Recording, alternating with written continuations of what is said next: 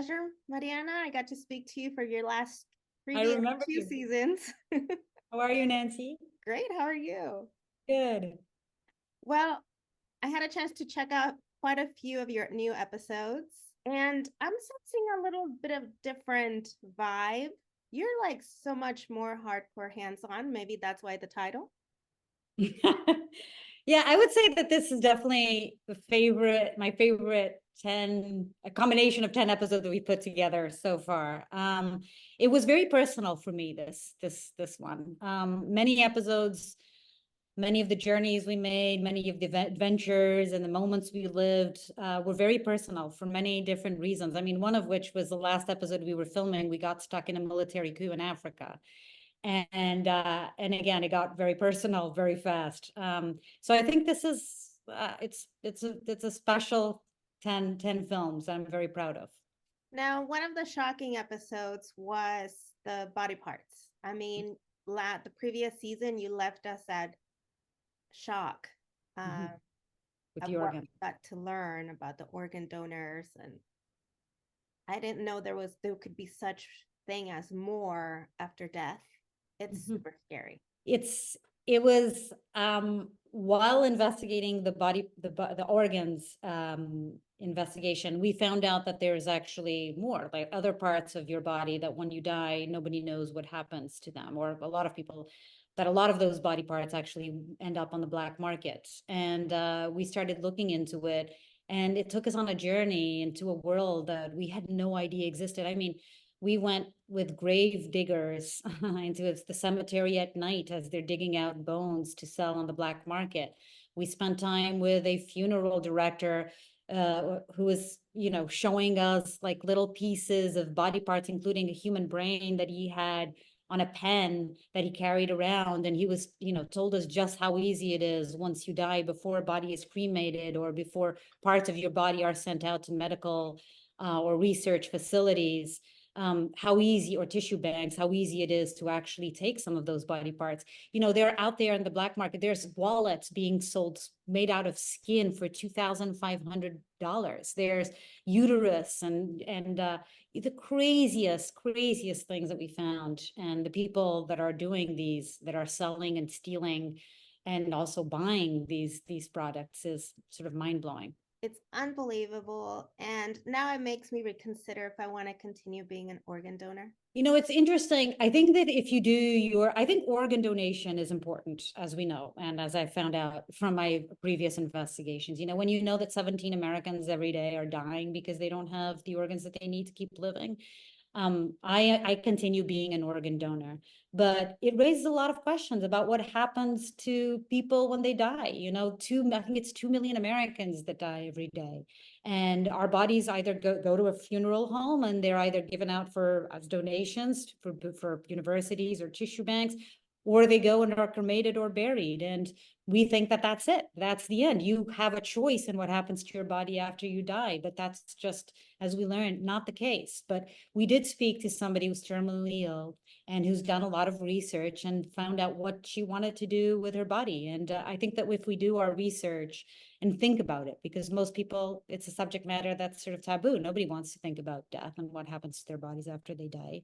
But I think it just alerts people. And I think that's what I love about this series, is that it gets people to think about things that they never thought about and go on these journeys into these worlds that they've never seen. And yeah, it raises good questions. You were at the cemetery in Mexico City interviewing the gentleman. You were like, well, who buys these skeletons, these left? And he says students, for the most part, students. And that was shocking to hear. Yes, but the interesting thing to me was that he says that he thinks they're students. They say they're dentist students, so they want to buy skulls with their teeth intact so they can practice. Because this also tells you so much about sort of what's happening. Why do they have to resort to the black market to go and buy these? Why aren't these people provided, especially medical students and people want to be dentists and doctors?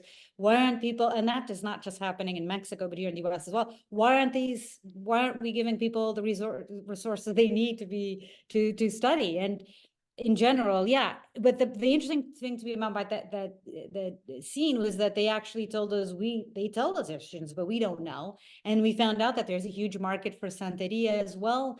and that there's a market for people who want to make skin wallets and have little, fetuses in jars, and the oddities market, as it's called. Before all this, I decided to do this. I wanted to do medical school. I got a chance to take anatomy and actually have a human body. It was a male female that we got to work on and kind of dissect layer by layer. And it is a learning experience. You really do take a lot in.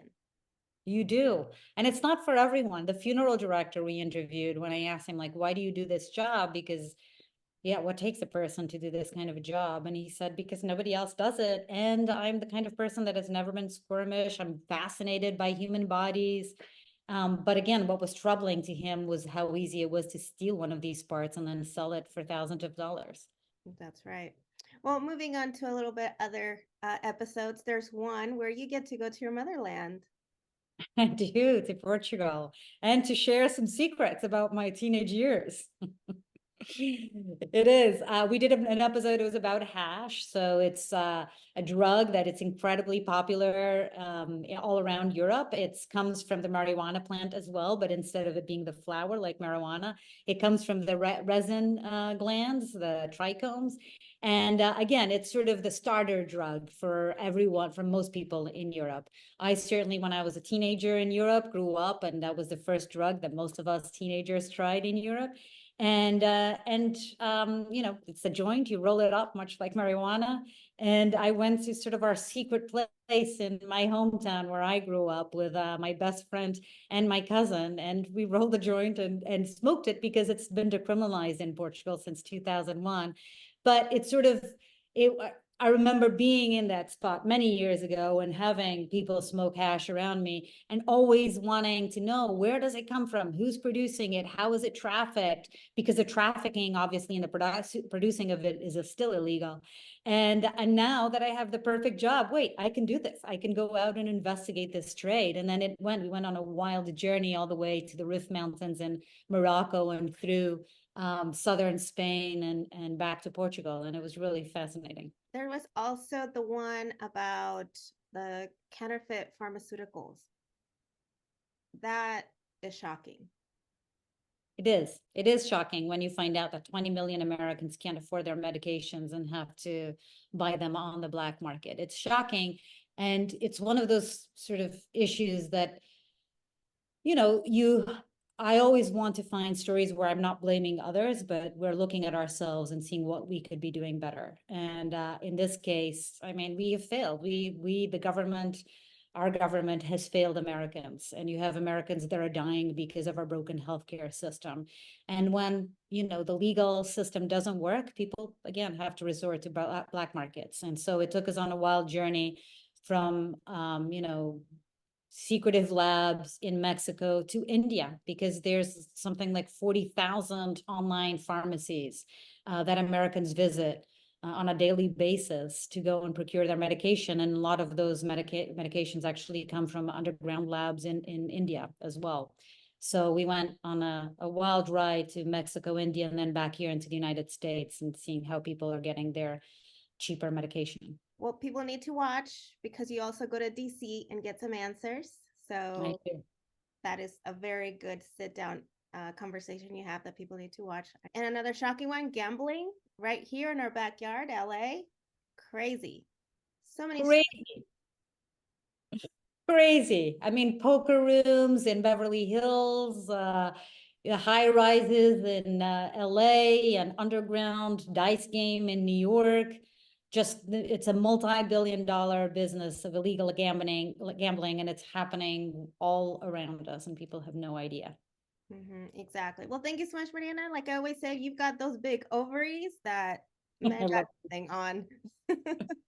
Thank you, Nancy. Thanks Take so care. much. Good luck again. Thank you.